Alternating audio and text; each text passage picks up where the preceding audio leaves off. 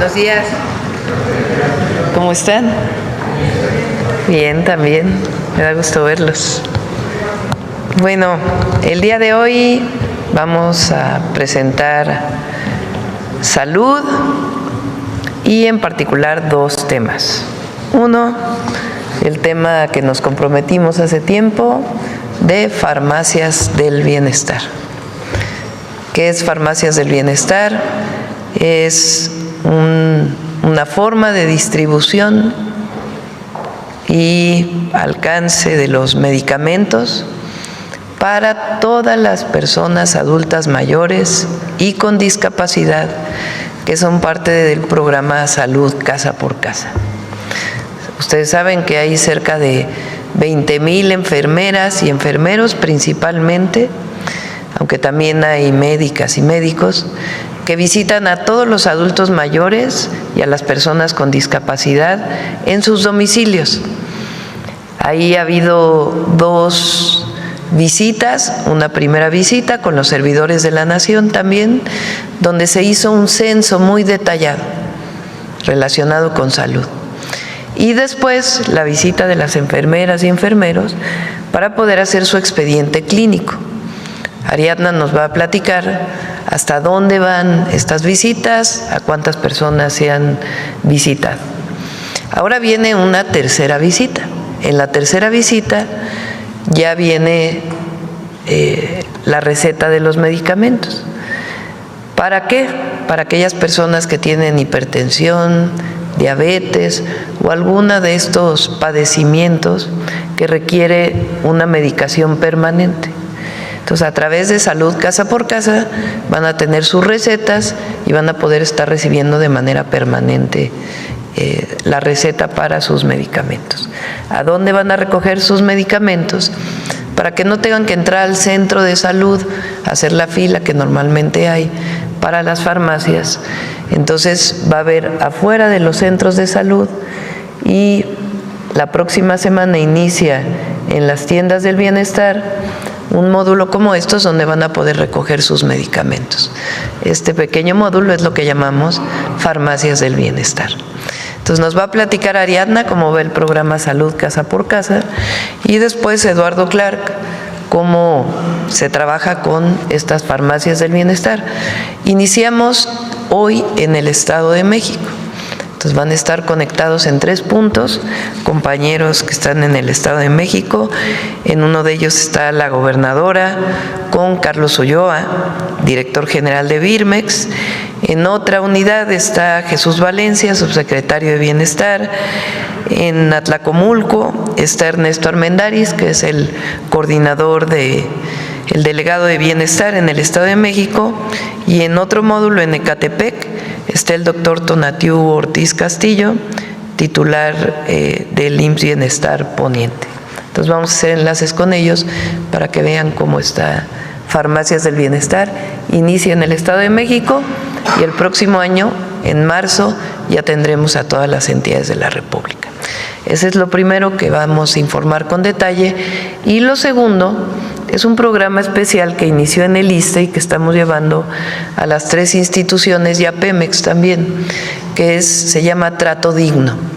Son personal de las distintas instituciones que reciben de primera instancia a los pacientes y los orientan para que no haya ningún problema. Es un sistema de atención de tal manera que la gente se sienta mejor atendida y ya no lo van a platicar. Las 3 instituciones, el ISSSTE, el IMSS y el IMSS Bienestar. SOE viene un poco retrasado, si no puede llegar, pues entonces haremos el enlace. Entonces vamos primero con Ariadna. Con su permiso, Presidenta. Buenos días a todas y a todos. Salud Casa por Casa, como ya lo ha comentado nuestra Presidenta, es un programa que está yendo a ver a todos los adultos mayores y personas con discapacidad que ya cuentan con su pensión. Adelante. Gracias. Hasta el momento hemos realizado 8.818.488 consultas domiciliarias, personalizadas y gratuitas para nuestros derechohabientes. Hemos recorrido muchos territorios, colonias, por todo el país. El país es un territorio muy amplio y complejo para su recorrido. Y se han realizado este número de consultas que estoy segura que está cumpliendo el objetivo que nuestra presidenta nos marcó, que este programa sea el programa de prevención más importante del mundo, porque ningún país ha hecho este número de visitas en campo en el tiempo que se ha recorrido. Adelante solo les traemos unas fotografías de lo que significa este trabajo. Todos los días cuando recorremos las viviendas, los domicilios, las personas nos reciben muy bien. Les agradecemos mucho que nos abran las puertas de su casa. Y la enfermera, como ya han estado aquí las enfermeras, tiene su tablet, se va registrando todo de manera digital. Tenemos este número de expedientes y toda la información social de los derechohabientes que se recuperó cuando aplicamos el censo de bienestar. Decirles que esta información hoy le va a servir al país para no solamente atender ahora, sino planear hacia adelante. Y como ya sabemos, hay dos enfermedades prevalentes, sobre todo en los adultos mayores, que es la diabetes y la hipertensión. Y sobre ello, el secretario de Salud, con su equipo, con el subsecretario Clark, pues han diseñado este esquema de atención para el medicamento que ya les van a informar. Nosotros, por nuestra parte, el personal de salud va a entregar la receta a la persona, al derechohabiente, con un cuadro de medicamentos que aquí se va a explicar. Presenta.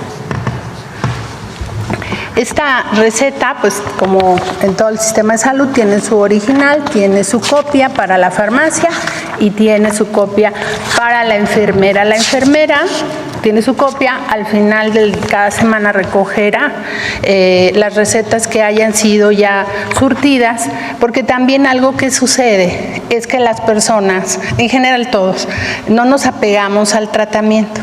Entonces vamos a darles el seguimiento, que vayan por su medicamento y bueno, que lo tomen como se les prescribe. De tal manera que en coordinación con el secretario de Salud, el doctor David Kersenovich, se implementa el programa. Él nos coordina porque nos da todas las indicaciones en la parte médica y organizativa también, con el subsecretario Valencia, al que le agradezco, está en la transmisión, pero bueno, él es el coordinador del programa en la parte operativa, así que vamos avanzando y este número de consultas pues se ha realizado con el esfuerzo de nuestras servidoras y servidores de la salud. Muchas gracias, presidente. Aquí le dejo las recetas. Con su permiso, presidenta. Hola, muy buenos días a todos. Es un gusto poder saludarlos y estamos muy contentos de poder dar banderazo de salida a este programa que tanto nos interesa a todos, que se llama Farmacias del Bienestar. Ustedes recordarán, ya lo mencionaba la secretaria Adna, hace casi 6 meses comenzamos con las visitas del programa Salud Casa por Casa.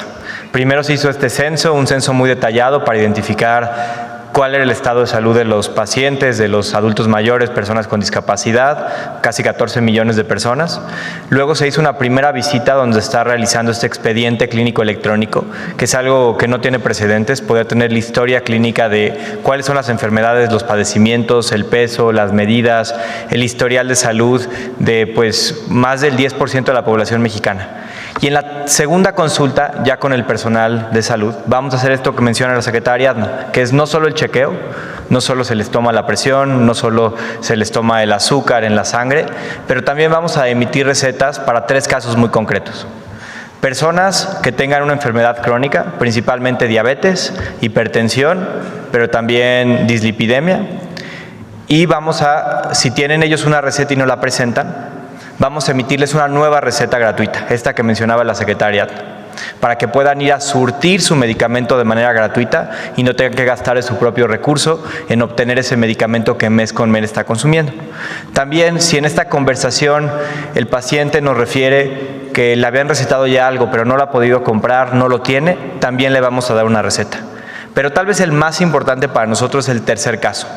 Personas que en ese momento se les tome la presión, se les tome la glucosa y sean diagnosticadas como pacientes que tengan una enfermedad crónica, para no tener mayor rezago y poder iniciar su tratamiento de manera inmediata, con una consulta a través de una línea telefónica del equipo de bienestar, con médicos especializados en este tema, vamos a poder emitir una nueva receta para comenzar a tratar a las personas que están enfermas y no lo sabían, y poder entonces controlarlas y evitar cualquier tipo de evolución negativa. Esto creemos va a ser muy positivo para que las personas no agraven y sepan lo más pronto posible si tienen que controlar una enfermedad. No va a ser la única vez que las visitemos. Cada 2 meses vamos a regresar a sus hogares y vamos a darles una nueva receta.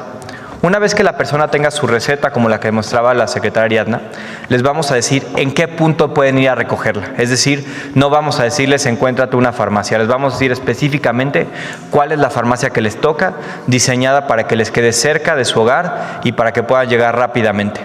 Como mencionaba la presidenta, tenemos afuera de los centros de salud, hoy en el Estado de México estamos iniciando en más de 500 puntos, un módulo como estos. Las personas no van a tener que entrar a la unidad, no van a tener que pedir ficha, no van a tener que hacer ningún trámite, ni cita, ni hablarle a nadie, ni pedir un favor para reentrar. Lo único que van a tener que hacer es acercarse a este módulo, presentar su receta, y el personal especializado en las farmacias va a agarrar las medicinas del módulo y se las va a entregar. De esta manera van a poder entrar y salir rapidísimo. Y en cada centro de salud también vamos a tener un anaquel como los que tenemos de este lado izquierdo, si nos lo pueden mostrar en un segundo a los que están viéndolo a través de redes sociales, donde tenemos más de 5,000 cajitas de medicamentos para asegurar que nunca falten estos medicamentos. Hoy estamos iniciando con 22 tipos de medicamentos distintos que representan cerca del 80% de los medicamentos que consumen los adultos mayores, de acuerdo a lo que nos han referido en el censo. De esta manera, cada 2 meses vamos a regresar, vamos a primero asegurar que las personas sigan controladas, tomar otra vez su glucosa, tomarles la presión y volverles a emitir esa receta. Esperamos que de esta manera todas las personas de nuestro país puedan estar controladas, accedan a medicamentos gratuitos cerca de su hogar y podamos tener muchos mexicanos más saludables. Queremos conectarnos, si nos ayudan.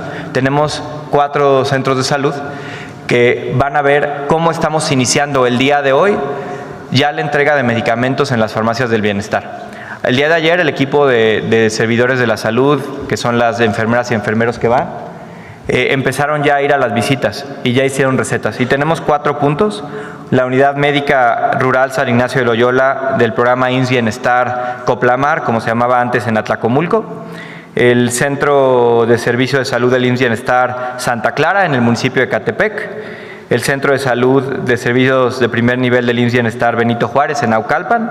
Y en Valle de Chalco, el Centro de Salud Coronel Darío Ramírez, también de primer nivel de atención. Ahí están nuestros compañeros y si con el permiso de la presidenta le pasaría la palabra a la gobernadora del Estado de México, a la maestra Delfina, que se encuentra en el Centro de Salud Benito Juárez en Naucalpan de Juárez, para que nos platique un poco cómo van el día de hoy. Gobernadora, adelante, buenos días. Hola, buen día a todos, muy en especial a nuestra querida Presidenta de la República, doctora Claudia Sheinbaum Pardo, así como también saludo a nuestra compañera Ariadna Montiel y al subsecretario de Integración Sectorial de Coordinación de Servicios de Atención Médica, Eduardo Clark. De verdad que es un gusto saludarla en esta mañana desde la Unidad de Salud Benito Juárez, aquí en Naucalpan, y que está aquí conmigo precisamente el director general de Birmex, Carlos Alberto Ulloa Pérez, a quien agradezco mucho toda la dedicación y el empeño que ha puesto en esta gran tarea que es de beneficio para nuestros mexiquenses, así como al personal médico que también nos acompaña, que está aquí con nosotros, y que están también algunos beneficiarios que sin duda alguna los veo muy contentos porque saben que este apoyo que se les va a dar no solamente va a ayudar en la cuestión médica, sino también económica. Estamos muy agradecidos porque generosamente usted considera al Estado de México en la primera etapa. Muchas gracias y un aplauso muy fuerte desde aquí del Estado de México, porque está considerando nuevamente al Estado de México como la primera etapa que va a iniciar con este programa. Por ello, muchísimas gracias. Va a ser un programa que, insisto, muchos mexiquenses lo deseaban. Y por ello hacemos patente nuestro reconocimiento, como siempre lo hago, Presidenta. Gracias por su calidez, por su generosidad y por esa visión que tienen ayudar a quienes más lo necesitan. sabe que cuenta con nuestro apoyo, sabe que reconocemos no solamente con palabras, sino con hechos todo lo que usted hace, y desde aquí del Estado de México le enviamos de verdad un reconocimiento, un saludo, y pronto estaremos con usted. Muchísimas gracias y de verdad muchas gracias por todo lo que hace por nuestra gente necesitada, especialmente personas adultas mayores y con discapacidad, que va dirigido este programa con enfermedades crónicas. Muchas gracias, Presidenta. Un saludo desde aquí y un aplauso muy fuerte para usted. Gracias, Delfina. Gracias.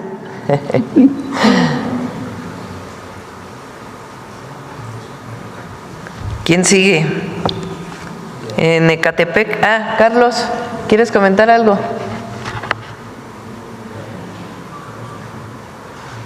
Muy buenos días. Les mandamos un gran saludo. Benito Juárez, y mostrarles por cadena que esta es la receta que nuestros compañeros aquí de Casa por Casa emiten a los pacientes, a las personas con discapacidad y a los adultos mayores.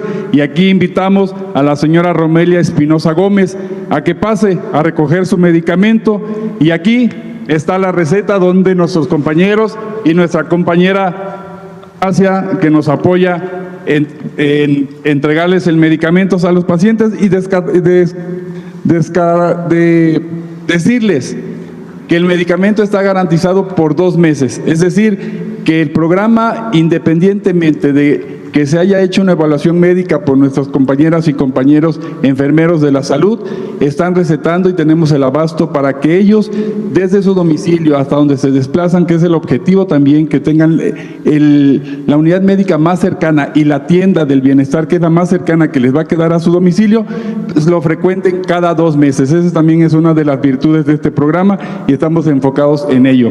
Es todo, Presidenta. Muchas gracias, gobernadora. Gracias, Carlos. Vamos ahora a Ecatepec. Muchas gracias, muy buenos días. Les mandamos un gran saludo desde el pueblo de Santa Clara, Coatitla, aquí en Ecatepec. Estamos muy contentos de participar en este arranque. Los adultos mayores de todos los municipios conurbados del Estado de México han tenido una vida de esfuerzo, no solamente para sacar adelante a la familia, sino porque también con sus propias manos ellos construyeron sus casas. Estas casas se hicieron por autoconstrucción. Ellos en faenas organizaban y construían sus calles, sus drenajes, su agua potable. Estos municipios, este estado y este país lo construyeron con sus propias manos nuestros adultos mayores. Por eso hoy, en un acto de agradecimiento, estamos muy contentos de poderles dotar ya de este medicamento, que no solamente es un servicio, no solamente es un derecho y no solamente es un acto de justicia, sino es decirles muchas gracias por toda esta vida de sacrificios y de esfuerzos. Son ustedes los que han hecho grande estos municipios, este estado y este país. Cuando vamos a sus casas, no solamente nos abren sus casas, nos reciben muy bien, a veces nos invitan un vasito de agua de limón, a veces también nos dan una fruta, una guayaba, una mandarina, es decir, nos dan también su cariño. No solamente nos abren la puerta de su casa, nos abren la puerta también de su corazón, y vamos a corresponderles, porque amor con amor se paga. Y a todo el personal de salud y a todos los médicos vamos a ir con mucho cariño, con mucho amor, a atenderlos, a cuidarlos y a servirles, porque para eso estamos, para servirles, porque se lo han merecido y porque ya necesitan que los cuidemos y que los tratemos con mucho cariño. Muchas gracias y les mandamos un cordial saludo desde Ecatepec a todos. Gracias, Ernesto. Gracias a Azucena, que te veo por ahí, la presidenta municipal. Vamos a Naucalpan. Ahí es donde estamos. Naucalpan, Chalco.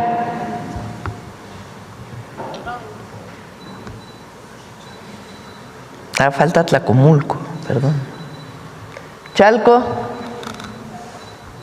Con su permiso, Presidenta, muy buenos días a todos, a todas. Aquí un saludo desde Valle de Chalco, aquí desde el Estado de México. Les mandan saludos todos los beneficiarios del programa de salud Casa por Casa, que el día de hoy, Presidenta, están recibiendo, ya iniciamos hoy un número importante de beneficiarios.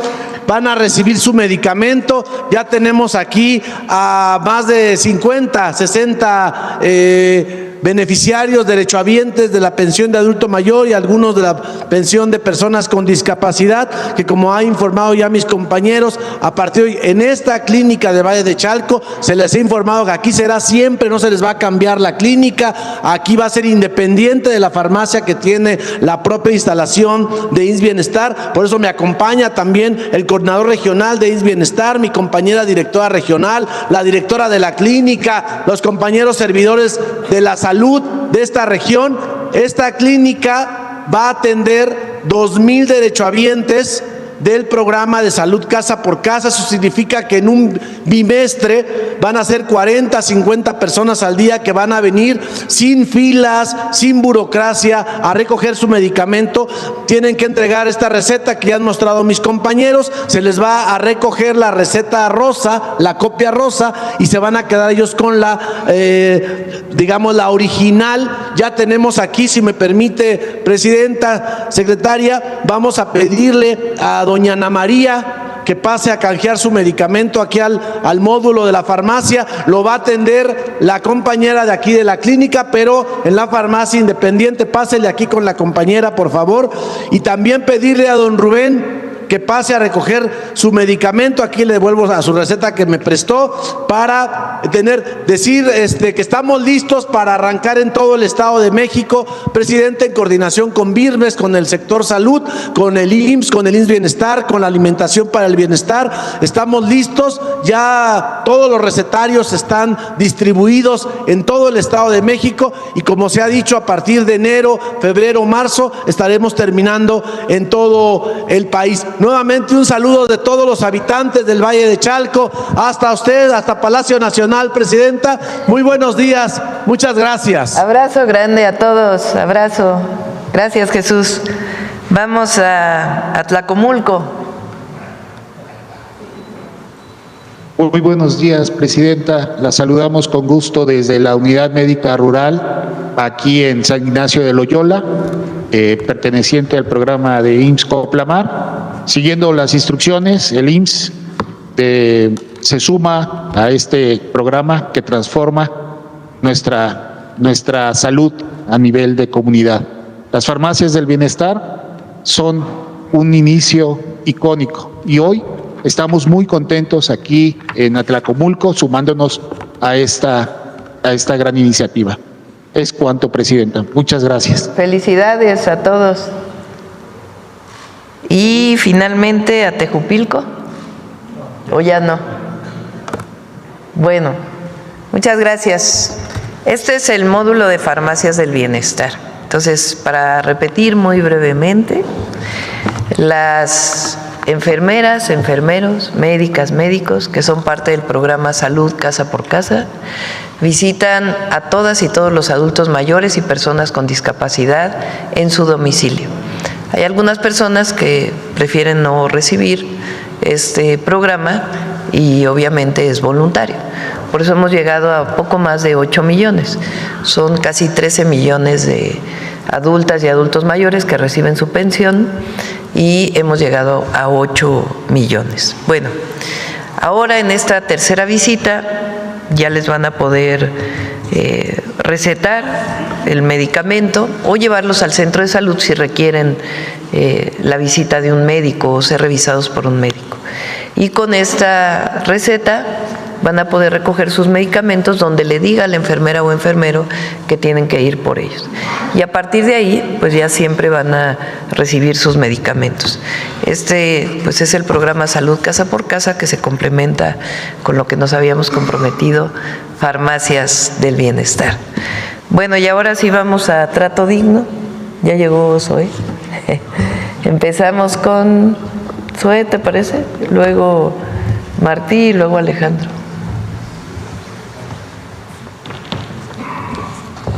Muchas gracias, presidenta. Muy buenos días a todas y a todos. Todas y todos quienes acuden a buscar atención médica en el IMSS, en los hospitales, en las unidades de medicina familiar, conocen al Astaots, este personaje, que atiende, orienta y ayuda a los derechohabientes, escucha sus necesidades y también atiende sus quejas y gestiona soluciones. Nacieron en la siguiente, en 1977, como técnicas en atención, en orientación e información, y luego en el 94 se transformaron ya a técnicas de atención y orientación al derechohabiente. En 2022 decidimos fortalecer sus funciones, sus capacidades, su protagonismo, para que se convirtieran en verdaderas intermediarias, por así decirlo, a favor del trato digno. Y ahora hacemos este relanzamiento, como nos ha pedido la presidenta, orientado justamente en el trato digno. La siguiente, por favor. Lo que hemos hecho es, primero, aumentar el número de técnicas. Pasamos de tener 1,652 en 2020 a 2,350, es decir, un incremento del 42%. Pero también incrementamos el número de módulos para que hubiera en todos los hospitales y en todas las unidades de medicina familiar. Pasamos de 944 a 1,083. Ahora, ¿de qué se trata este relanzamiento de trato digno? Son 11 puntos y 11 acciones. Primero, esta nueva identidad que permita a los derechohabientes reconocer a la persona que los puede ayudar. Es no solamente un uniforme, un chaleco, una corbata, una mascada, sino un distintivo que pasa también por una gran capacitación. En segundo lugar, estos rótulos e identificadores en los diferentes módulos de trato digno, los 1,083 que tenemos en el país. Además de eso, estamos utilizando los sistemas para un tablero de monitoreo en tiempo real para revisar casos complejos o unidades en donde se replican muchas quejas. Cuando hay una unidad que sobresale por el número de quejas por maltrato, pues hay que tomar acciones de manera inmediata, y para eso este monitor. En cuarto lugar, un decálogo de trato digno, un muro de trato digno en cada unidad, también para reconocer al personal que está haciendo bien su trabajo. También, si nos da la siguiente, estamos creciendo a 546 módulos adicionales para ahora sí tener una cobertura del 100% de todas las unidades médicas y todos los hospitales, contratación de más personal para los turnos nocturnos, que muchas veces es donde hace más falta tener gente que esté orientando, escuchando y resolviendo, y también en los servicios de urgencias de ciertos hospitales, en donde es importante que este personal que nos ayuda tanto sea también quienes puedan ofrecer información sobre el estado de salud de un paciente hacia los familiares. Se están creando también los comités centrales de trato digno y comités en los estados sobre trato digno para la resolución de casos, y también continuar siendo una institución que ha capacitado al 100% de este personal en los protocolos de buen trato. Adicionalmente a eso, los tres últimos puntos es una encuesta de percepción de la atención y la calidad dirigida a los derechohabientes, que se va a hacer cada 2 meses en el 100% de los hospitales para dar seguimiento y mejora continua, y la instauración de cada 16 de noviembre como el Día de las Técnicas y los Técnicos de Atención y Orientación al Derechohabiente, vinculado al trato digno, reconociendo al personal destacado. Y en último lugar, lo que estamos haciendo desde la Dirección General del IMSS, todas las direcciones normativas, todas las titulares de las delegaciones en los estados, directivos, directores de hospitales, que también se sumen a las brigadas locales con visitas para enfocadas en la atención de trato digno, que nos permita no solamente analizar lo que se está haciendo, sino también poder corregir cuando hay algún problema. Este relanzamiento forma parte de este nuevo enfoque de atención que garantice derechos, genere empatía y procure pues la dignidad de quienes se atienden en el Seguro Social. Es cuanto, Presidenta. Muchas gracias. Buenos días. Martí.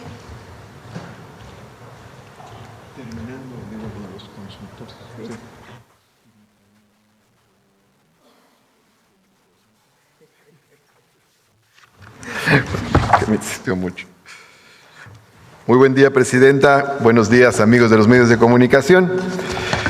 Presentamos en mayo de este año aquí con la presidenta Claudia Sheinbaum el programa, la estrategia Trato Digno. Adelante, por favor.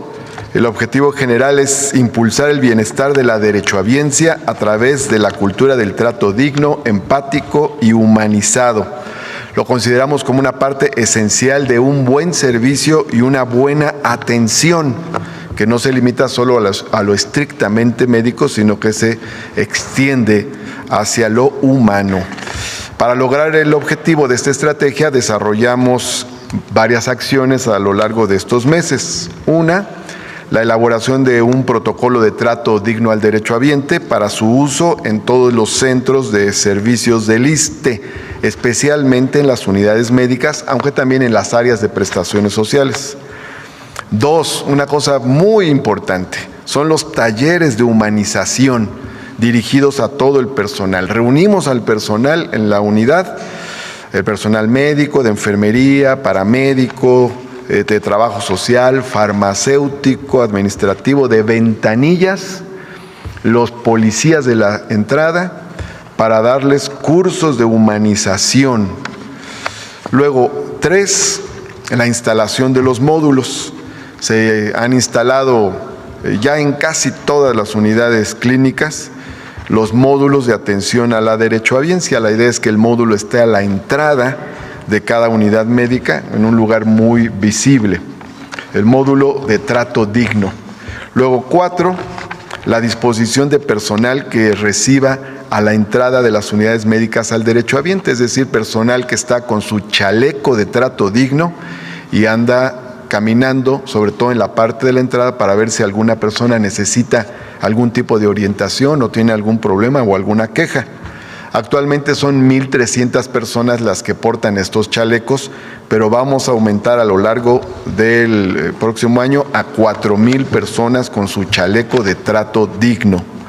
Luego 5 es la integración de un equipo de respuesta rápida a quejas y peticiones, con el objetivo de saltar barreras burocráticas, y entre esas atenciones está la atención a las quejas que se plantean en las redes sociales.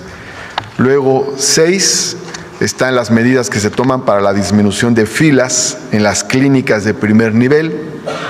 A veces hay filas porque hay personas que van a hacerse alguna medición, entonces se hace un módulo solamente para mediciones de peso, presión arterial, etcétera, o para algún otro trámite. Y luego 7 está la difusión de la línea telefónica de ISSSTETEL, que es 55 40 00 1000, que será ampliamente difundida, que se está difundiendo ampliamente. Se trata, en el fondo, y esta es, digamos, la visión filosófica, de inculcar lo que hemos llamado el apapacho institucional. La palabra apapacho viene del náhuatl, de papatzoa, que significa abrazar el alma. Entonces, inculcamos en todos nuestros equipos que se dé el apapacho institucional. Incluso decimos, el apapacho ya es terapéutico, ya empieza a ser curativo. Aquí hemos recordado que el doctor Ignacio Chávez, que fue rector de la UNAM y muchos años antes de la Universidad Nicolaita, decía en uno de sus discursos de humanismo médico que la medicina no solo es ciencia y técnica, sino es sobre todo construcción de vínculos humanos. Bueno, y para cerrar con esto del apapacho, en Superiste vamos a apapachar a las personas que vayan ahora en la temporada decembrina con un 10% de descuento en sus compras, especialmente a quienes forman parte de los programas sociales federales o tengan vales del gobierno de la ciudad. Bueno, ahora voy a comentar lo de los consultorios y luego vemos 2 videitos al final. Rápidamente, estamos impulsando la Estrategia Nacional para el Fortalecimiento de la Atención Primaria con la colocación de 467 consultorios que van a estar principalmente en centros de trabajo. Estos consultorios tienen como propósitos expandir la infraestructura, aproximar los servicios a las y los trabajadores del Estado, despresurizar las áreas de urgencias de hospitales en materia de urgencias sentidas, es decir, personas que tienen un malestar, como no tienen un consultorio cerca, se van a urgencias. Luego 4, detectar oportunamente enfermedades crónicas no transmisibles para atenderlas. Y luego disminuir el gasto de bolsillo y fortalecer el trato digno a la derechohabiencia, porque ahí podemos tener más cercanía. El modelo de los consultorios se ajusta al prototipo de la normatividad vigente. Vamos a buscar que sean instalados en inmuebles públicos de las más variadas dependencias. Tendrán un abasto médico básico, fundamentalmente integrado por analgésicos, antibióticos de primera línea y medicamentos contra la hipertensión, contra la diabetes y contra el colesterol. Luego, el costo aproximado de la construcción de cada uno de estos o su instalación es de entre 300,000 y 600,000 pesos, y se van a establecer convenios con los entes públicos para que coadyuven con servicios de luz, agua, pasos de servidumbre y otros. Y cada consultorio va a iniciar labores con un médico o médica, enfermero o enfermera. Adelante, por favor. Este es el prototipo que establece la norma, con consultorios que van desde 19 metros cuadrados, pero nosotros vamos a inaugurar este programa con un consultorio en la sala Olin Yolistli de 70 metros cuadrados. Es muy bonito, está hermoso. Aquí, adelante. En Michoacán, como anunciamos con la presidenta, se están construyendo consultorios. Ya empezamos 3 consultorios. Y este es el de la Olin Yolistli, estas fotos, adelante, adelante, la sala de espera, adelante, la oficina del médico, adelante, el consultorio en sí, adelante, muchas gracias. El Instituto de Seguridad y Servicios Sociales de los Trabajadores del Estado concluyó la construcción del nuevo consultorio médico ubicado dentro del Centro Cultural Olin Yolistli, al sur de la Ciudad de México. Esta unidad médica cuenta con 4 módulos distribuidos en 70 metros cuadrados, consultorio, sala de espera, oficina y sanitarios. Su propósito es acercar servicios de salud a la derechohabiencia del Centro Cultural y sus escuelas de arte, así como a las y los integrantes de orquestas. También brindar atención a la derechohabiencia en general. El consultorio estará equipado conforme a la normatividad vigente en materia de salud e incluirá mesa de exploración, negatoscopio, estuche de diagnóstico, lámpara de examinación, báscula con estadímetro, pesa para bebés, mesas Mayo y Pasteur, gabinete para medicamentos y mobiliario general. ¿Es cuánto, presidenta? Gracias, Alejandro.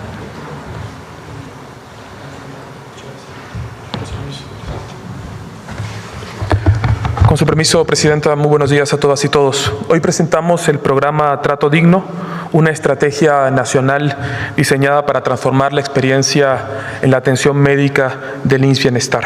Siguiente, por favor. El programa parte de una premisa: toda persona que llega a un servicio de salud merece, por supuesto, una atención resolutiva, efectiva, pero esa atención, tan importante como que sea resolutiva, es que se enmarque en principios de respeto, de calidad y de humanidad en la atención, y que esto incluya desde el primer trato. Es por eso que en una primera etapa estamos capacitando a todo el personal que es el primer respondiente de nuestra institución. Presidenta, le podemos informar que llevamos 2.350 personas capacitadas, personas de primer respondientes de seguridad, de atención en la farmacia y, por supuesto, el personal de ingreso administrativo a los hospitales. Siguiente, por favor. Estamos convencidos que el trato digno no es un componente accesorio, es parte fundamental del proceso de atención médica, con la misma importancia que puede serlo entregar medicamentos o la consulta con un especialista. Por ello, el siguiente paso es llevar la capacitación a todo el personal del IMSS Bienestar en cada unidad hospitalaria, y lo haremos a través de 2 procesos. El primero es un curso presencial que aborda cómo brindar un trato digno, derechos de los pacientes, trabajo en el equipo, y otro que es formar monitores de trato digno en cada uno de las unidades hospitalarias del IMSS Bienestar. Estaremos creando 578 módulos de trato digno digno para que el paciente pueda recibir acompañamiento administrativo, seguimiento clínico, por supuesto acompañamiento médico. Siguiente, por favor. No es solo el componente de la calidad y la calidez humana, si bien es un componente indispensable, sino también la estrategia de trato digno es tener espacios limpios, es tener aires acondicionados en salas de espera, es por supuesto tener una atención responsable sobre los tiempos de espera, por supuesto garantizar medicamentos. Entonces estaremos siguiendo la estrategia de trato digno en 36 indicadores que están agrupados en 4 elementos estructurales del IMSS Bienestar: evaluación de la infraestructura, como puede ser tener aires acondicionados; medir respeto en el derecho de los pacientes, como puede ser respeto a su propia intimidad, que tengan señalética bilingüe nuestros hospitales; monitorear los servicios generales, que haya servicios de elevador funcionando, que tengamos laboratorios, etcétera, y valorar ambientes con comodidades hospitalarias, menú hospitalario, atención médica, espacios de hospedaje para familiares. Siguiente. Por último, Presidenta, si me permite, quisiéramos presentarle un balance de la estrategia de rutas de la salud. Como usted ha instruido, desde que comenzaron las rutas en agosto pasado, se ha logrado un avance histórico en la distribución de medicamentos en el IMSS Bienestar. Más de 86 millones de medicamentos entregados en tan solo 3 meses, 8.440 centros de salud abastecidos con el kit prearmado que hemos explicado, 646 hospitales también abastecidos. Esto muestra un sistema de distribución que camina a su estructura definitiva y capaz de llevar medicamentos gratuitos de forma continua y con cobertura nacional. Siguiente, por favor. El día de hoy anunciamos la 4ª entrega de medicamentos al primer nivel de atención, que se va a realizar desde hoy, martes 2, hasta el viernes 5. Se entregarán más de 11 millones de piezas de medicamentos, abasteciendo los 8.440 centros de salud del IMSS Bienestar. Con este operativo vamos a cerrar el año con un primer nivel de atención fortalecido y con abasto garantizado. Ante cualquier rumor, ante cualquier campaña que intente desinformar, la evidencia en el territorio lo confirma: sí hay medicamentos y estos son 100% gratuitos. Siguiente, por favor. Para dejar constancia de esto en cada unidad a la que lleguen las rutas de la salud, se van a colocar carteles en la entrada de la clínica, además de en la farmacia, y con esto dejamos constancia a la población que hay abasto y el personal médico tiene la responsabilidad de entregar los medicamentos a las y los pacientes. Con su permiso, Presidenta, para cerrar, presentamos un video que muestra cómo operan las rutas de la salud en cada rincón de nuestro país. Muchas gracias, Presidenta. Bueno, esta es la información, trato digno para todos aquellos que llegan a un centro de salud del ISSSTE, del IMSS Bienestar, que a veces no saben a dónde dirigirse, o si no hubo algún medicamento en la farmacia, o si alguien no lo trató bien. Pueden llegar al módulo de trato digno y ahí se les van a resolver los problemas. Ese es el objetivo de trato digno, que todas y todos tengan un espacio a donde poder dirigirse y ser apoyados. Todos aquellos que lleguen a cualquier centro de salud del IMSS Bienestar, hospital, del IMSS y del ISSSTE. Bueno, ahora sí, vamos a las preguntas. A ver, ¿qué compañero no ha preguntado recientemente? Ya preguntaron todos, estoy buscando a alguien que no haya preguntado. Todos ya preguntaron aquí. A ver, la compañera que siempre pregunta de salud. Y ahora vamos.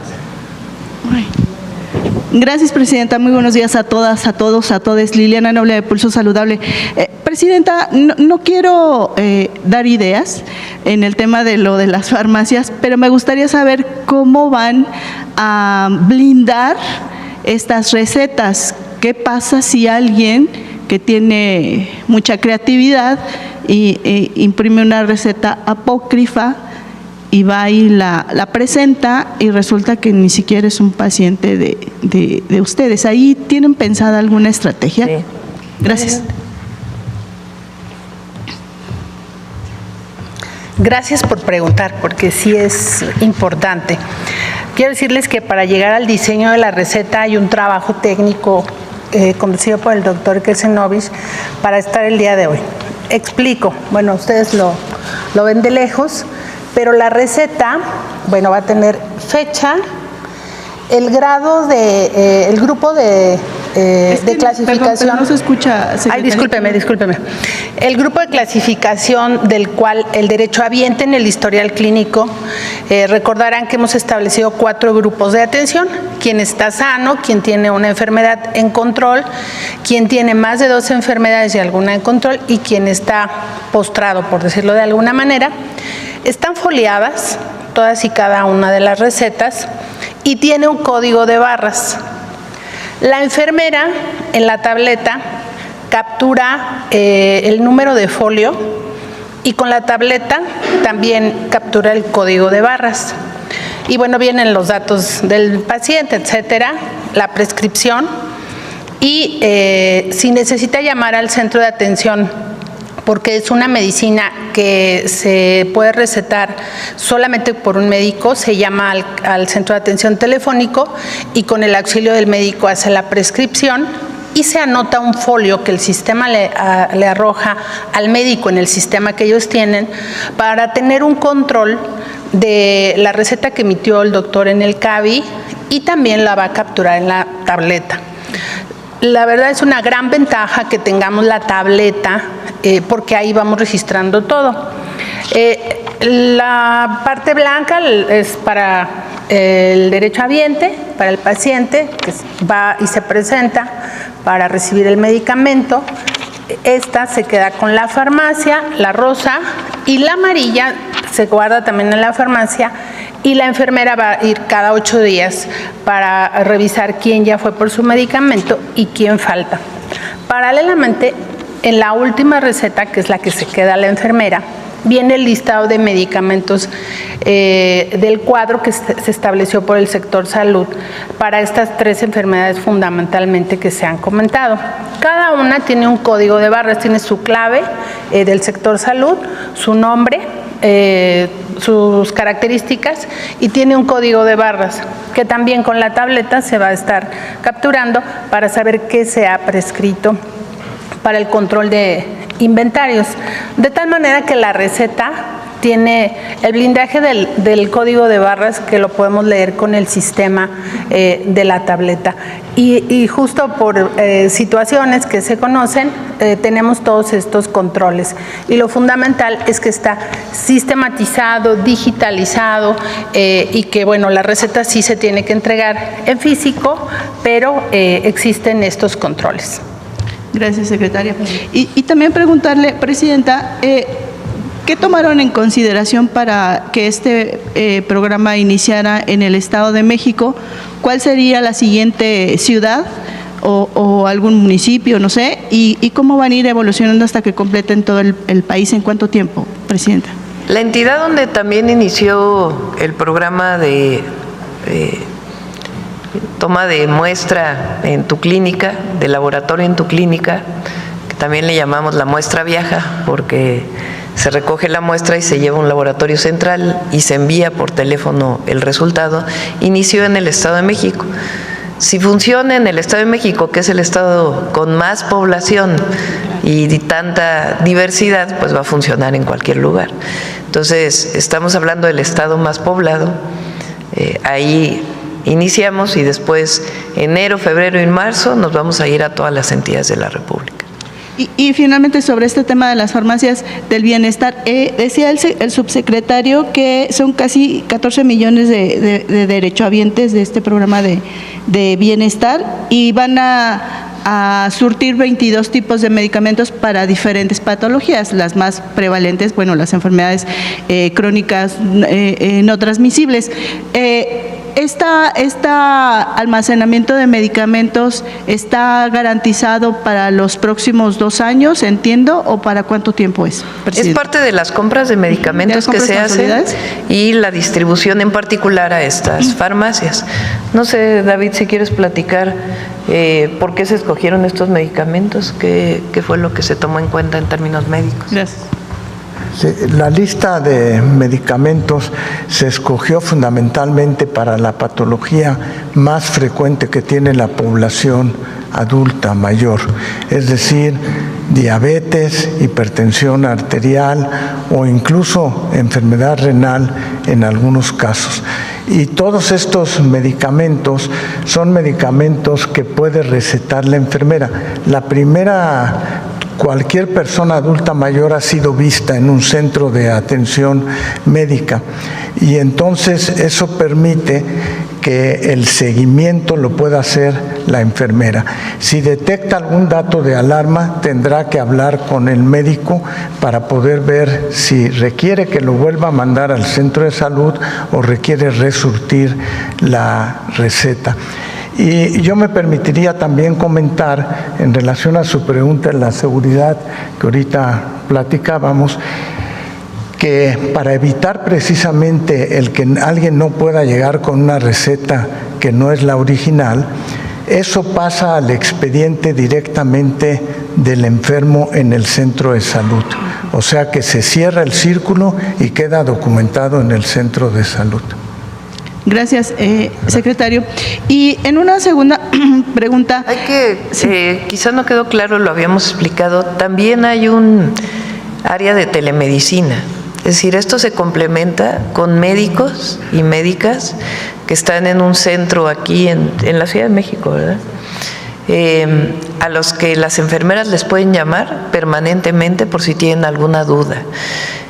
Incluso puede haber una consulta de telemedicina en el domicilio.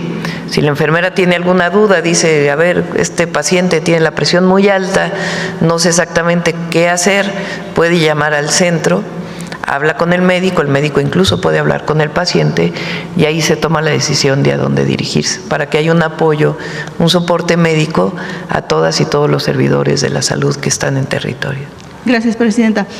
En un segundo tema, hace 2 semanas aproximadamente, el subsecretario Ramiro López Elizalde estuvo en Ginebra justamente para formar parte de esta reunión de las partes para el convenio marco del control del tabaco. Yo quisiera saber si sé que su speech en la presentación tuvo mucho éxito. Se reunió con el doctor Hugo López-Gatell, allá también se reunió con el doctor Tedros Adhanom, el presidente de la Organización Mundial de la Salud. Yo quisiera saber si tienen algún tipo de acuerdos, algunas estrategias en materia de prevención del tabaco y si hay algunos pendientes en este tema. Sé que todavía faltan algunas cosas por hacer, como por ejemplo los pictogramas para que aparezcan completos en las cajetillas, etcétera.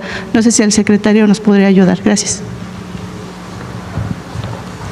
Sí, en la reunión que asistió el subsecretario Ramiro López Elizalde, se hizo un reconocimiento a la política que México ha seguido en relación con el control del hábito tabáquico e incluso por segunda ocasión se le otorgó un reconocimiento al gobierno de México por sus actividades en favor de ello. No han pasado desapercibidas las medidas que se han tomado, como el que hay espacios donde se puede fumar, espacios donde no se puede fumar, y esto forma parte de una estrategia que está contemplada no nada más en una acción, sino en una serie de acciones que incluyen incluso desde la venta de los cigarros, etcétera. Y también se reconoció la acción de México en relación con los vapeadores en la misma reunión. Y creo que seguimos avanzando en el hecho de que ha disminuido el consumo de cigarros en forma importante en el país. Gracias, secretario. Y finalmente, presidenta, preguntarle, ayer el presidente Donald Trump dijo que él sí va a estar el próximo viernes en esta selección de las agrupaciones. ¿Usted ya tomó una decisión al respecto? Todavía estamos, yo creo que mañana ya les informamos. Gracias. Y regáleme un dato adicional, perdón, presidenta, ¿ya se vacunó? Sí, ya me vacuné. Y bueno, me piden algunos compañeros que si sería posible instalar aquí un centro de vacunación para todos nosotros. Para todos. Gracias, muy amable. Buen día. Ahí se lo encargamos a Eduardo, a David. Ajá. A ver, el compañero que... Gracias, Presidenta. Jorge Chaparro, de Mega Noticias. Presidenta, voy a traer temas que son muy antiguos porque llevo ya 2 meses sin que me permitan romper el bloqueo que forman acá. Pero bueno, le voy a decir sobre el Mundial. Usted nos dijo que iba a regalar el boleto a una niña indígena de escasos recursos y que le guste el fútbol para que venga al Mundial. Si usted regala el boleto, usted ya no va al Estadio Azteca a la inauguración. Sí. O sea, no iría. Así es. No va. No.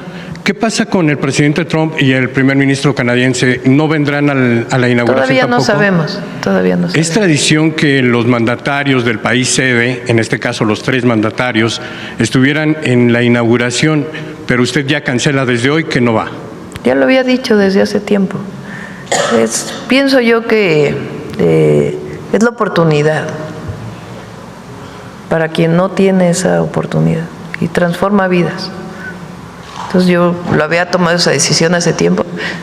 Está bien el compañero, la compañera que... ¿Compañero? ¿Sí estás bien? La compañera. Bueno, entonces esa fue la decisión. Todavía no sabemos si van a venir, quiénes van a venir, y ya también pues el trato que le daríamos, por supuesto, de jefes de Estado, si es que van a visitar nuestros países, pero todavía es temprano para poder saber qué jefes de Estado vendrían y qué recepción les haríamos, en fin. En este orden de ideas, bueno, rapidísimo termino con el tema de la niña. ¿Habrá un boleto 002 para un acompañante? ¿La van a dejar en el estadio sola? Sí, ya veríamos los detalles, por supuesto, ahí con la FIFA. Okay. Y el Estadio Azteca. Y tengo información de que el Vaticano ya ha aceptado el Papa León XII venir a la inauguración del Estadio Azteca en marzo. ¿Me confirma usted? ¿Y que también estaría en Tijuana? Todavía no tenemos la información. De hecho, estoy buscando una llamada con el Papa. Estoy invitada, lo hago público aquí, al nuncio. Lo estamos buscando para poder tener aquí una reunión. Y recuerden que hace poquito dijo que le encantaría visitar la Basílica de Guadalupe, conocerla. Entonces estamos buscando una llamada para... Recuerden que cuando él toma posesión, Rosa Isela le lleva una carta de invitación a que visite México. Entonces ahora pues queremos formalizarla. Pero todavía no hay información de si vendría la inauguración del Azteca. Todavía no hay esa información. Pero sí queremos que visite México. Lo hicimos la invitación desde el primer día. Cambiando un poquito de tema, Presidenta, hay preocupación de estudiantes de las universidades del Bienestar Benito Juárez, porque desde hace 1 año, año y medio, 2 años y en algunos casos hasta 3 años, no les han entregado la documentación que acredita que concluyeron sus estudios en estas universidades. La respuesta que han obtenido a través de parte de la maestra Raquel Sosa, pues es simplemente ignorar sus peticiones y dejar que el tiempo pase. El riesgo que ellos enfrentan es que si no obtienen este documento, muchos no van a poder ingresar al campo laboral. Ya están en este momento en prácticas, pero no les van a cerrar la puerta. Entonces, pedirle... Hay que ver en qué planteles. En el plantel de la Ciudad de México, de la Facultad de Derecho, de la Universidad de Derecho. Ahí hay un problema desde hace algún tiempo. Pero en general se entregan los títulos. Estuve incluso en un evento de entrega de títulos. Recientemente me platicaron otros compañeros que acompañaron a Raquel a las entregas. Entonces vamos a ver en particular este plantel, pero en general está muy bien, está reconocida por profesiones de la SEP, y cuando terminan sus estudios y los requisitos se entregan los títulos con su cédula profesional. Se lo comento porque también he recibido quejas de la Escuela de Medicina. Entonces, sí, son 2 de la Ciudad de México que tienen algunos problemas desde hace tiempo, pero son 200 universidades que no han tenido problemas, y allí en donde hay problemas pues hay que atenderlos. Perfecto. Cambiando ahora a otro tema, usted mencionó que tiene interés especial en atacar a las empresas factureras, porque pues representan una sangría al erario. Preguntarle, Víctor Manuel Puga fue detenido en Estados Unidos supuestamente por irregularidades en su estatus migratorio, pero a diferencia de miles de mexicanos, él no ha sido expulsado del país. Preguntarle si tiene usted información respecto de si está siendo investigado en Estados Unidos. Todavía se lo pregunté a la persona que venía de parte del doctor Gertz al Gabinete de Seguridad. Se está pidiendo la extradición, está detenido, fue la información que nos dieron. Y ahora que está pues la encargada de la Fiscalía, Ernestina Godoy, pues le preguntaremos que pueda indagar en este caso. Y bueno, ya cuando quede el fiscal o la fiscal también que pueda indagar. Nos interesa mucho que no haya impunidad en esto. Entonces, pues que lo informe la Fiscalía. Esto que menciona es importante porque hay otra persona que también se dedica o se dedicó en las factureras y además era conocido como el rey del outsourcing. Estoy hablando de Raúl Beiruti Sánchez, quien tiene orden de aprehensión desde septiembre de 2021. Pero todavía en 2023 vendió una de sus empresas y asistió a la junta de esa empresa, mientras la Fiscalía supuestamente lo buscaba. Pero él estaba en Naucalpan, en el Estado de México. El 23 de septiembre pasado recibió un amparo para no ser detenido y bueno, pues ahora puede andar libremente. ¿Esto no habla de impunidad o de mal manejo por parte de la Fiscalía General de la República del caso? Pues ahora que está el nuevo equipo ahí en la Fiscalía, pues tiene que ver este y otros casos. Por eso decíamos, nos interesa la cero impunidad en delitos de la delincuencia organizada, pero también delitos de cuello blanco como este. Entonces sí esperamos que la Fiscalía pueda pues avanzar en estos casos, ¿no? Y lo importante es que se acabe este flagelo de las factureras y que aquellos que lo sigan haciendo pues haya sanción. Presidenta, finalmente quiero presentarle en la unidad de investigaciones de Meganoticias. Hicieron un trabajo muy interesante respecto de las remesas, ahora que el Banco de México anuncia que cayeron ya por 7º mes consecutivo. Estas remesas venían con un comportamiento, digamos, más o menos estable durante el sexenio del presidente Peña. Tenían un crecimiento ligero, pero durante la administración del presidente Andrés Manuel López Obrador crecieron de manera exponencial. Brutalmente las remesas llegaron a nuestro país, los mexicanos empezaron a ver a sus familias o a enviarles demasiado dinero. En Estados Unidos, que es el 90%, 95% de las remesas que llegan a México, fue interesante el crecimiento, se duplicó y poco más. Pero hay países que llaman más la atención. Le voy a decir, por ejemplo, en el caso de Colombia, en 2020 había 1.640 mexicanos, de acuerdo con el Instituto Mexicano de Mexicanos en el Exterior, y ellos lograron enviar al país algo así como, permítanme un segundo, $57.828.000. Esto representaría que cada uno de los mexicanos, de esos 1.600 mexicanos, envió mensualmente $2.938. Parece una cifra menor, pero estamos hablando de mexicanos completo, o sea, niños, estudiantes, mujeres, amas de casa y personas que van a trabajar a Colombia. $2.938 dólares. Es decir, 63.176 pesos de aquel tiempo. Ecuador es otro caso también interesante porque en 2022 enviaron 228.745.000 pesos, dólares. Es decir, un aproximado de 237.000 pesos mensuales, cada uno de los mexicanos en Ecuador. Nicaragua, y lo mismo, hubo un año en que, 2022, enviaron 433.900 pesos cada uno de los mexicanos, incluyendo, le repito, de acuerdo con cifras oficiales que obtuvimos de mexicanos en el exterior y de las remesas en la Secretaría de Economía, enviaron 433.927 pesos. Pareciera ser que el sueño americano no está en Estados Unidos, sino en Sudamérica. Preguntarle, Presidenta, a la luz de esta alerta que emitió ya el Departamento del Tesoro de Estados Unidos, en la que señala que las remesas podrían ser utilizadas para lavar dinero. Preguntarle si hay investigaciones abiertas por presunto lavado de dinero a través de remesas y preguntarle porque las remesas se están cayendo a los niveles que teníamos con Enrique Peña Nieto. Es decir, solamente durante el sexenio de Andrés Manuel López Obrador tuvimos este boom en los envíos de mexicanos del exterior al país. Preguntarles si ustedes tienen indicios, ha recibido información, la Unidad de Inteligencia Financiera, la Secretaría de Hacienda, el Banco de México, la Fiscalía General de la República, alguna institución ha visto este comportamiento anómalo, por llamarlo solamente de alguna forma. No sé si tienes, Belmont, la gráfica que me enseñaste ayer o antier de las remesas de varios años.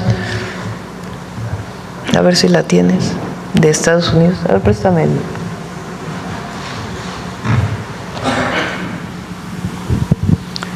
Estos son las remesas del 2021. Recuerden, en 2021 hubo pandemia. Entonces, pues naturalmente al haber menos ingresos por no trabajar, por las medidas que se tomaron durante la pandemia, pues hay este nivel de remesas. 2022 es el rojo, aumenta. 2023 aumenta, es el verde. 2024 es el amarillo. Ahora vean el 2025. 2025 está entre el rojo, que es 2022, y el verde, que es 2023. Más o menos en este marco. No todos los meses son iguales porque depende mucho, pues, del trabajo que realizan nuestros paisanos allá. Por cierto, dicen sigue cayendo Banco de México, pero en realidad aumentó en el último mes. Poco, pero aumentó. No tenemos ningún indicio de que esto tenga que ver con algún tema de lavado de dinero, nada. De todas maneras, fíjense nada más. Primero, ¿saben cuántos mexicanos hay allá? De primera, segunda, tercera y cuarta generación. Tercera generación, cuarta ya no tanto. 40 millones de mexicanos en Estados Unidos. Se estima, de acuerdo con el Banco de México, que son alrededor de 15 millones, si mal no me acuerdo, a ver si lo tienes por ahí, de personas que envían regularmente remesas. Y tiene que ver mucho con la solidaridad, con el apoyo mutuo, con no abandonarnos. Yo tengo una hermana que vive en Los Ángeles hace 35 años, no me tiene que enviar recursos porque no los necesito, pero siempre está atenta de mis hijos, siempre, porque es su tía.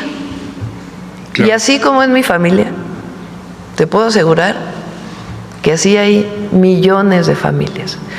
Los hijos que se van a Estados Unidos, que tienen 10 años allá y que no abandonan a la mamá y que le están hablando, pueden no tener papeles, pero de todas maneras envían sus remesas. Y ustedes saben que hubo un reconocimiento muy importante de los mexicanos que viven en el exterior a los gobiernos de la transformación.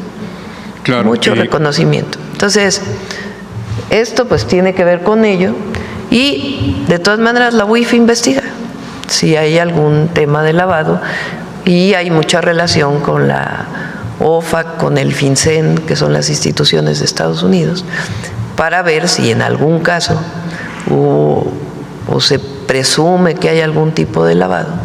En el caso que mencionas de Ecuador, de Colombia, pues habría que revisar. Pero estos son los paisanos. Claro.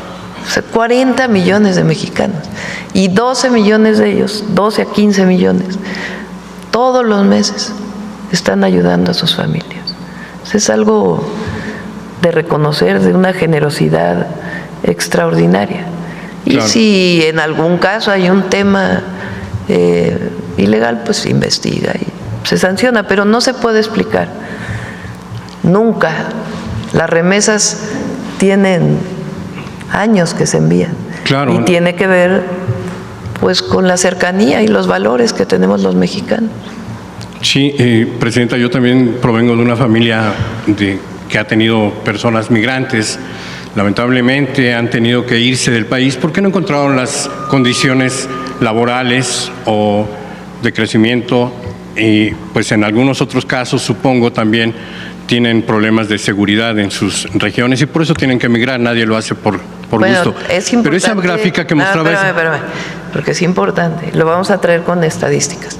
Disminuyó la migración de mexicanos a Estados Unidos desde el 20 más o menos, 2020. Claro. Creció muchísimo la migración, ahora desde el 2024 disminuyó y luego cuando llegó el presidente Trump disminuyó todavía más, pero aumentó muchísimo en el 2021, 22 y 23 la migración de personas que no son mexicanas que utilizaban a México como vía, como movilidad para poder llegar a los Estados Unidos, de muchas nacionalidades, incluso el presidente Biden abrió para venezolanos, para cubanos, y muchos de ellos entraban por México. Entonces, sí hubo un periodo muy grande de migración, particularmente, a ver, ponte la migración esa que siempre ponemos de deportados. En el periodo de Clinton, más de 1 millón de deportados. Eso hablaba también pues, claro, de mayor migración. Sí, esta gráfica que nos hizo favor de colocar hace unos momentos es significativa porque habla solamente de Estados Unidos. Sí. Únicamente de Estados Unidos. Es el principal. Pero muestra una curva ascendente y descendente. Preguntarle qué explicación le damos, porque entiendo que la gente, los mexicanos en el exterior hayan tenido tanta confianza en los gobiernos de la transformación, pero parece ser que esa confianza comienza a moderarse. No, tiene que ver con la situación que están viviendo los mexicanos allá. Y hablaba usted hace unos minutos de que los mexicanos redujeron su número de traslados ilegales a Estados Unidos. Eso es cierto, bajó la población, pero aumentan las remesas, es decir, los que se quedan envían más.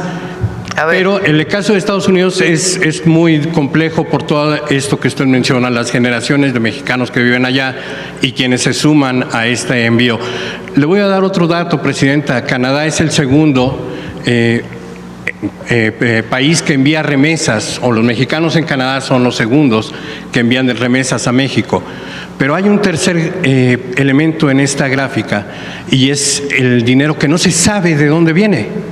Simplemente no tienen registro y son más de 500 millones de dólares en 2024. A ver, vamos primero.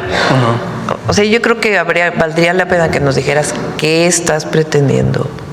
O sea, ¿cuál es el fondo de lo que estás preguntando? Ya se lo pregunté, si tienen o no tienen indicios de lavado de dinero. No hay indicios de lavado de dinero y si hubiera indicios en la investigación, pues hay que atenderlo y hay que atacarlo. Pero no por eso vamos a criminalizar a todos aquellos que envían remesas, ¿verdad? O sea, hay muchísimos, son 40 millones de primera, segunda, tercera generación que atienden a sus familias. Si hay algún delincuente que usa esa vía para lavar dinero, pues tiene que investigarse y tiene que sancionarse. Pero no se puede explicar las remesas a nuestro país por un asunto ilegal. Tiene que ver sencillamente con el apoyo de las y los mexicanos en Estados Unidos aquí. En los otros países, si lo mencionas, pues hay que investigarlo y si se encuentra algo, pues tiene que presentarse la carpeta de investigación en la Fiscalía o la información a través de la coordinación con Estados Unidos. Pero esta idea de que las remesas se usan para lavado de dinero, no hay indicios de ello. Y si hubiera, pues tiene que sancionarse. Gracias, Presidenta. Finalmente, 2 elementos quedaron de hacernos favor de hacer llegar una tarjeta informativa hace 2 meses de el contrabando de combustible. El secretario de Hacienda ya le pedí en 2 ocasiones personalmente que me la entregue, no lo hacen. Quiero saber si hay alguna instrucción de su parte para que no me la entreguen. Y también la parte de los contratos que nos debe de publicidad del gobierno federal. Eso sí se los debo. Lo de el caso de combustible de Huachicol, le voy a pedir a Pemex pronto que presente cómo ha ido aumentando la venta de combustible y cuánto se estima todavía que pudiera ser el robo por entrada ilegal, por contrabando, digamos, de combustible, que se reporta como con otro contenido o algún ducto que llegue a picarse. Y sí se puede presentar cómo ha aumentado la venta de combustible de Pemex, e incluso de los privados, y cómo eso ha hecho, pues, o demuestra una disminución muy importante del robo de combustible. El robo de combustible, la pregunta directa era, ¿inició en 2021, como dice la Fiscalía General de la República, o viene de atrás? No sabíamos de otro caso semejante de combustible de estas magnitudes y utilizando las aduanas. La pregunta era esa, pero si usted me dice que hay instrucción de que no se entregue esa información, lo entenderé también. No, pero no hay ninguna instrucción, al revés. ¿Qué estamos haciendo? Porque es importante que lo sepas tú, todos los que están aquí, quienes nos escuchan. Lo he dicho varias veces, y no es un sistema sencillo. Estamos cruzando todas las bases de datos, nos está ayudando la agencia digital. Yo les platiqué que no había un sistema de trazabilidad del combustible importado. ¿Qué quiere decir eso? Que no se conocía si había un permiso para importar, pero no se sabe ese combustible a qué gasolinera llega. Y poderlo cruzar con datos del SAT, por ejemplo, de cuál es el permiso de importación con el pago del IEPS o el pago de los impuestos y el propio pago en las gasolineras. Son muchísimos datos. Entonces está cruzando toda esa información para poder saber en el pasado y ahora, pues cómo se ha ido comportando la venta de combustibles. Por otro lado, tenemos la venta de combustibles que tiene Pemex y la venta de combustibles que le reportan a la Secretaría de Energía por parte de todas las gasolineras que hay en México. Todos esos datos se están cruzando y además la obligación de que ahora sí haya trazabilidad. Eso le pedimos a Pemex y a Secretaría de Energía que lo pueda traer para que se pueda informar. Nosotros no escondemos nada, nuestro objetivo nunca es esconder y tiene que informarse y que se conozca cómo, pues a partir de las detenciones que hubo, aumentó la venta de combustible y en el 24 se observa algo distinto, en el sentido de que se vendía más combustible de Pemex. Finalmente, los 16,000 millones querellados, ¿sigue el mismo número? ¿Aumentó? ¿16,000 millones? Querellados por el contrabando de combustible, que fue lo que nos confirmó el secretario de Hacienda. Si quieren también le pedimos, el martes viene Seguridad y ellos también nos pueden informar de cuánto se ha incautado y toda la información relacionada con Huachicol. Muchas gracias. Sí. A ver, ¿quién más? A ver acá. Sí. Buen día, Presidenta. Manuel Pedrero, de los Reporteros MX. Hace casi cerca de un mes aquí se presentó una investigación por parte, la presentó Omar García Harfuch, sobre el tema del lavado de dinero de los casinos, en concreto de varios, pero también de Ricardo Salinas Pliego. Hay una pregunta acerca de la actualización del caso, porque hace unos días un juez ordenó a la Secretaría de Gobernación a que se revocara pues el castigo y volvieran a operar estos casinos. No sé si tenga información al respecto. Sí, impugnaron esa resolución por parte de Gobernación y ya lo puede explicar la secretaria, o lo podemos traer aquí un día el tema. Y mientras tanto, pues obviamente por el comportamiento del juez, ¿algún llamado al Tribunal de Disciplina?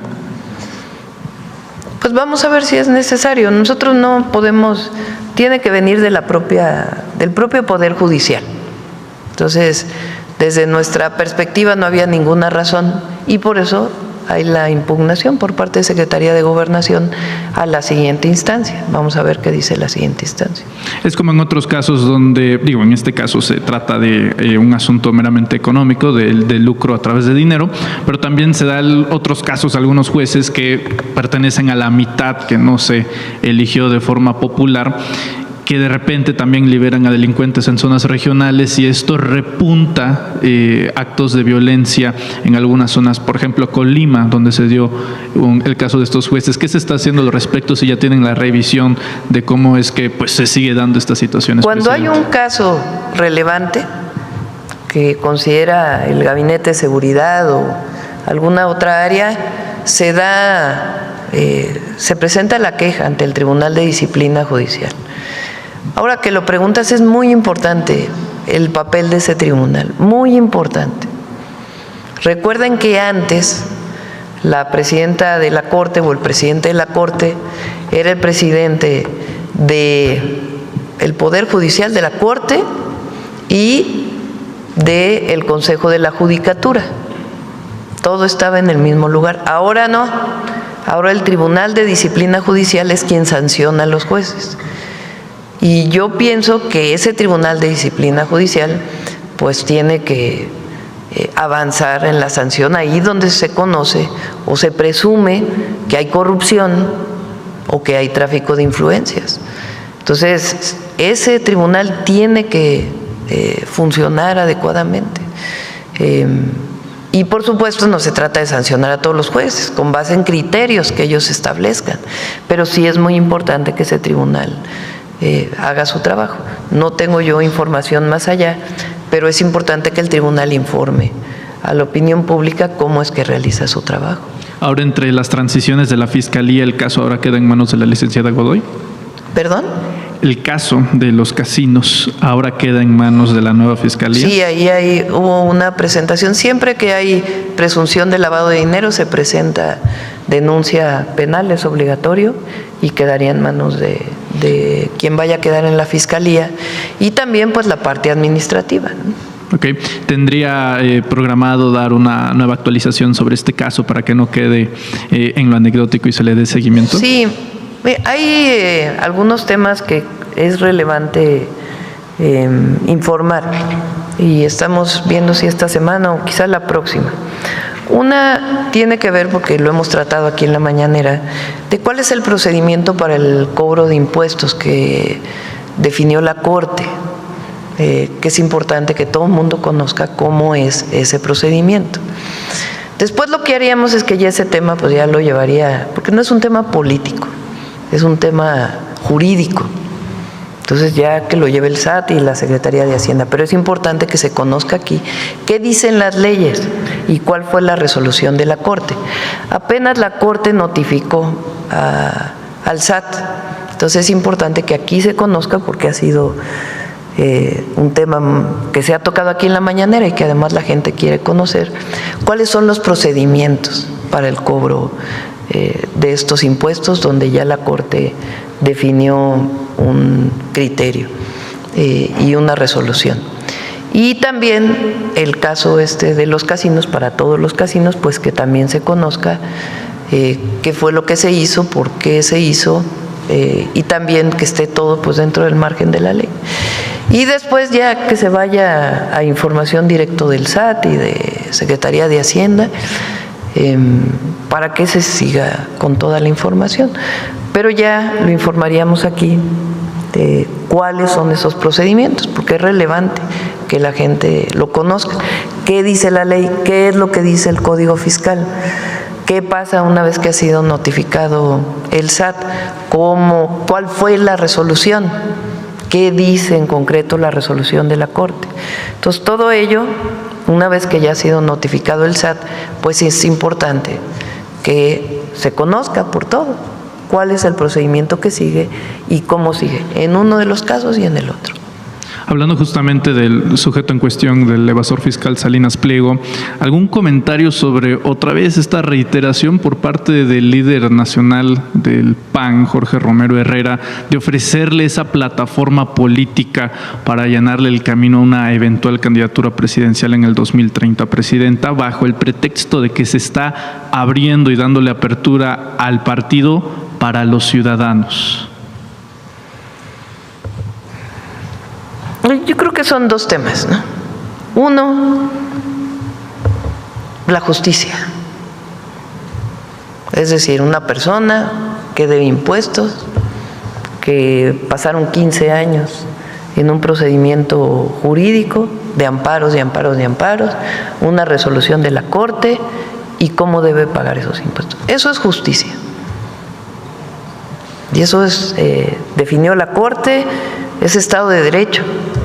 Ya la Corte tomó una resolución, pues se tiene que cumplir esa resolución y es importante que todos sepan cuáles son los procedimientos para que se cumpla. Ese es un tema. La otra es politizar ese tema, que nosotros no lo politizamos, sino sencillamente decimos, esta es la ley y se tiene que cumplir con la ley. O sea, politizar el tema del cobro de impuestos, eso no lo hacemos nosotros, eso se ha hecho fuera por quien debe los impuestos. Entonces es un tema. El otro tema, desde mi punto de vista, tiene que ver qué se enarbola por parte de esta nueva visión del PAN, por parte de este empresario y de la derecha internacional, que es quien ha hecho todas estas campañas en contra nuestra, y es relevante, muy relevante, porque ¿qué se defiende desde lo que llaman ellos la ultraderecha? Yo el 20 de noviembre en el discurso dije, pues lo que se defiende es regresar al porfiriato. Lo que se defiende, aunque digan lo contrario, porque eso ha sido históricamente la ultraderecha, pues es el uso, que no haya democracia, que no haya libertades. O sea, vean nada más los gobiernos, recordemos los golpes de Estado de Sudamérica en su momento, el fascismo. Ahí no había libertad de ningún tipo, no había democracia, no había elección definida por el pueblo. Y la otra es, ¿quién es su visión? El dinero, la acumulación, la acumular y acumular y acumular riqueza, a costa de otros, por cierto. Como decía el presidente López Obrador, que venía de una frase de Hidalgo, su Dios es el dinero. Entonces yo por eso dije, el 20 de noviembre, recordemos lo que fue el porfiriato en México nada más, no nos vayamos a otros países. Y lo que reivindican estos de ultraderecha del porfiriato, que fue el momento del desarrollo del país, sí, pero fue el momento de mayor represión, de mayor explotación a la gente, de incluso prácticas de esclavismo, de exterminio de pueblos originarios. Si no, no hubiera habido una revolución. Entonces, el PAN ahora, fíjense cómo hay tanta hipocresía, porque pasaron en el 2024 de decir que estaban a favor de los programas sociales, que ellos ahora pues eran muy liberales, que reivindicaban temas que nunca habían reivindicado. Ahora que hicieron su relanzamiento. Entonces, ¿hacia dónde se orientan? Pues hacia el conservadurismo más alejados del pueblo, alejados de la gente, porque no reivindican los derechos de la gente, sino al revés, los privilegios de unos cuantos. Entonces hay que poner todo en su lugar, porque una cosa es justicia, y hay quien quiere politizar eso como si fuera un tema político. No, no es un tema político, es un tema de ley. Se tiene que cumplir la ley. Y la otra es la parte de la candidatura que quiere proponer el PAN, o la nueva reivindicación del PAN, que no es más que la reivindicación de los conservadores del siglo XIX, aquellos que trajeron a Maximiliano, aquellos que hicieron la guerra de reforma en contra de la Constitución de 1857, o aquellos que defendían a Porfirio Díaz, o a Santana. Eso es lo que defienden. Y el pueblo de México no está con eso. El pueblo de México lo que quiere es bienestar. Esta visión de que el pobre es pobre porque no trabaja, pues es su visión. Nosotros lo que pensamos es que durante 36 años hubo un salario de hambre al pueblo de México, en donde no quería aumentarse el salario mínimo por una visión ideológica y también política, y dejaron a mucha gente en la miseria. Nuestra visión es que el recurso público tiene que usarse para construir derechos. Nuestra visión es que el Estado debe garantizar los derechos del pueblo de México. Ellos no creen en ese Estado. Nosotros creemos que el Estado debe brindar educación pública gratuita, desde el preescolar hasta la universidad. Nosotros creemos que tiene que haber un sistema de salud pública que le permita al pueblo, independientemente de sus recursos económicos, garantizar su salud. Nosotros creemos que debe haber acceso a la vivienda para que el pueblo de México tenga bienestar. Nosotros creemos que debe haber acceso a un salario digno, que debe haber acceso al empleo. ¿Que todo lo tiene que hacer el Estado? No. Para eso hay inversión privada y para eso necesitamos también empresarios con visión social en nuestro país, pero el Estado debe brindar los derechos del pueblo. Es una visión completamente distinta. Entonces, eso es muy importante que se visualice, porque es un proyecto frente a otro proyecto. Es un proyecto de nación que defiende los derechos del pueblo de México, el bienestar, la democracia, entendida como la representación del pueblo, las libertades, y otro proyecto que defiende a unos cuantos el privilegio, que no defiende la democracia, que no defiende las libertades más que la libertad del mercado, pero no las libertades de expresión, de movilización, de reunión. Son dos proyectos de nación, y qué bueno que desde ahora lo digan, porque ese proyecto no tiene asidero en... Imagínense una persona que presume sus riquezas frente al pobre o a las clases medias, y que además no paga impuestos o no ha pagado aquellos impuestos que se le han solicitado desde el 2008.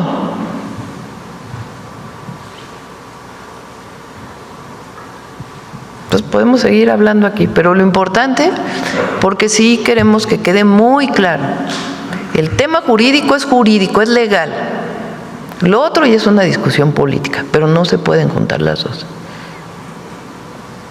Se lo pregunto por lo siguiente, en el torno a Ricardo Salinas Pliego. La semana pasada en Los Reporteros MX publicamos una investigación de cómo Grupo Salinas, Ricardo Salinas, está operando y contratando una red de criminales, porque tienen antecedentes penales, criminales, de expertos en guerra sucia, pero sucia en serio, consultores políticos españoles. Es la versión 2.0 de lo que fue Antonio Solá en 2006 con López Obrador es un peligro para México, ahora convertidos en los nombres de Javier Negre y Fernando Cermino, personajes que, entre otras cosas, tienen la rectoría de este bodrio comunicativo llamado La Derecha Diario, que incluso, también lo tenemos documentado, operan con granjas de bots, ya que si uno compara el contraste de los supuestos impactos que tienen la red X al mismo tiempo que tienen un canal de YouTube, no empatan los números de los cientos de miles de impactos que se tienen en Twitter con apenas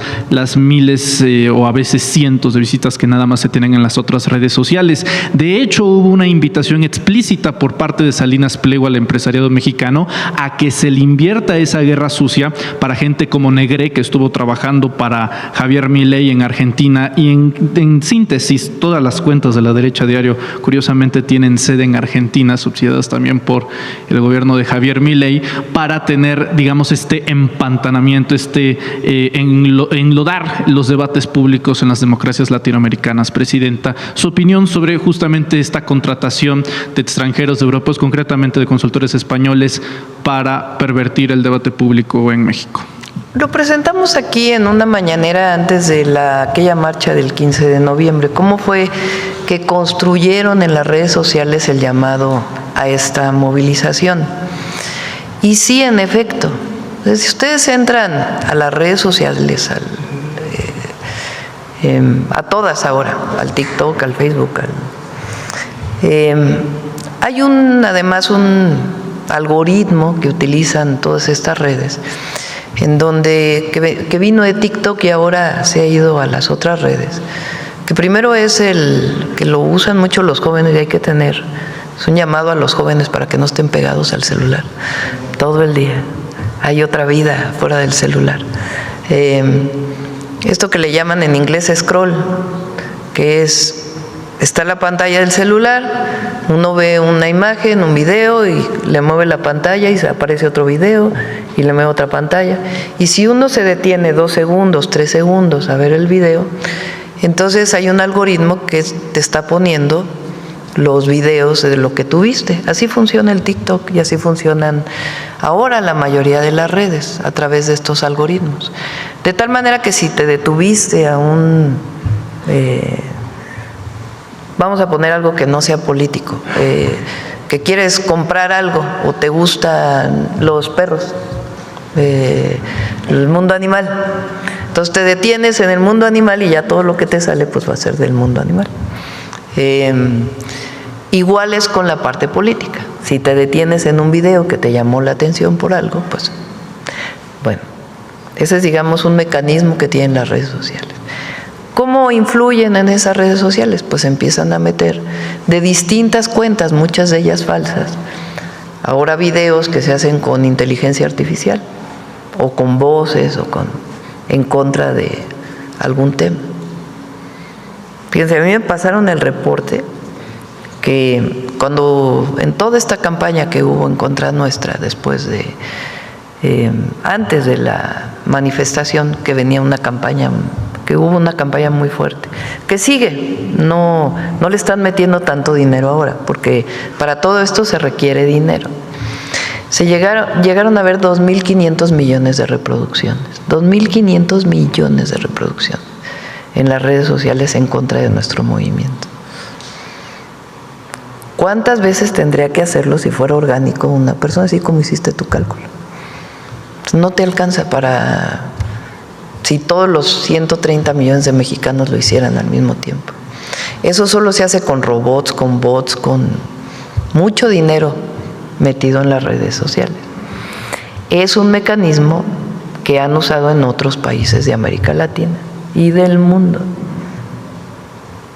Entonces, para todos los que usamos las redes sociales, yo también las uso, es muy importante que uno no se vaya con la finta de estos esquemas de campañas propagandísticas pagadas desde estos asesores internacionales, que sí reciben recursos. Hay que demostrar de dónde vienen estos recursos, a una campaña orgánica de personas que están subiendo a las redes. Entonces, sí hemos vivido en México contra nuestro movimiento una campaña muy grande de las redes sociales pagadas. Aquí lo presentamos para el caso de la convocatoria a la marcha. Y después todo lo que vino de que supuestamente en México había represión y una insurrección de los jóvenes, y salía uno del Zócalo ese día y pasaba uno a la siguiente calle y estaba llena de gente comprando por el Buen Fin. Pero en el exterior y aquí, quien no estaba aquí, pues con esta campaña tremenda. Entonces, en el 2006 usaron el peligro para México, que eran anuncios de televisión pagados en las televisoras en contra del candidato Andrés Manuel López Obrador. Ahora, pues ya, bueno, una de las televisoras sí lo usa como propaganda, pero principalmente más que en los medios, aunque algunos medios también hay mucho sesgo contra nosotros. Pero yo diría incluso más que en los medios ahora es pago y pago y pago y pago en las redes sociales. Y compran influencers o cuentas de influencers. ¿Como quiénes? Bueno, una cuenta que se dedicaba a ciencia, por ejemplo, y que de pronto nunca había hablado de nada político y que de pronto ya habla todo en contra nuestro. Ay, lo vamos a traer aquí, lo voy a pedir a el Orsal de Quienes Quieren las Mentiras, que pueda traer un análisis de esto, porque ellos lo han estado haciendo de infodemia. ¿Para mañana? ¿Cómo? No sé si mañana les dé tiempo, a ver si sí. Sí da. Y si no, lo traemos en la semana, de cómo cuentas que hablaban de maquillaje de mujeres, cómo maquillarte, y de pronto de la noche a la mañana, todo contra nosotros. Cuentas que hablaban de, no sé, de otra cosa que no tenía nada que ver con la política, las compran, porque si no, no se podría explicar de otra manera, de que de pronto una persona, no, ya ni siquiera aparece la persona, sino es la cuenta que tenía 300,000 seguidores o 5 millones de seguidores y que ofrecen recursos para comprar la cuenta. Y como ya mucha gente lo sigue, pues entonces a través de esas cuentas hacen esta campaña sucia, campaña negra. Imagínense, por eso yo decía, si no existiera la mañanera, por más que lo que sea, no habría manera, porque nosotros no vamos a caer, imagínense, en andar haciendo lo mismo, pues no. Si nosotros partimos de la conciencia de la gente. Ahora hay mucho entusiasmo por la movilización del sábado. Mucho entusiasmo, de jóvenes de todas las edades. Va a estar muy bien el sábado de 7 años de celebración. Para finalizar, Presidenta, sobre Honduras, ya hubiera querido México en 2006 tener voces y ojos desde el extranjero para denunciar el fraude electoral. En aquel momento la diferencia, aún con fraude, no era mayor a 100,000 votos entre el presidente Andrés Manuel López Obrador y Felipe Calderón. En Honduras son 500 votos de diferencia. Para que nos demos una idea de lo vergonzoso y el contraste del proceso electoral, pues está de observador electoral Alejandro Moreno allá en Honduras. Y ¿cómo se llama? El especialista en fraudes electorales. Bueno, uno de los especialistas, ¿verdad? Porque así es. Sí. Y es preocupante por el incentivo que existió previo a la elección para influir en los habitantes, en la población de Honduras. De hecho, usted recientemente se reunió con Xiomara Castro y llama poderosamente la atención porque mientras usted y yo estamos pues conversando, Estados Unidos acaba de liberar al narcodictador, ese sí, narcodictador Juan Orlando, justamente para alterar la influencia bajo presión, como lo hizo, de hecho lo consiguió en Argentina y ahora lo está haciendo en Honduras. ¿Cuál es la posición del gobierno mexicano ante esto, Presidenta? Vamos a esperar a ver el conteo en Honduras, el resultado. Nosotros, nuestra posición siempre es la autodeterminación de los pueblos, que no haya, que solo el pueblo decida en cualquier país. Esa es la democracia. Poder del pueblo. Entonces nuestro llamado siempre es a la autodeterminación de los pueblos. Vamos a esperar ahora que termine el conteo y ya poder tomar una posición. Ahora que Estados Unidos está perdonando narcotraficantes, ¿no prevé que en los próximos procesos electorales mexicanos perdonen a García Luna? Aquí el pueblo es muy consciente, Esa es la virtud de México. No va a haber campaña. No hay campaña. Por más dinero que le metan, que apague la cuarta transformación. No hay campaña que limite al pueblo en México a definir quién es su gobernante. No hay, porque el pueblo está muy consciente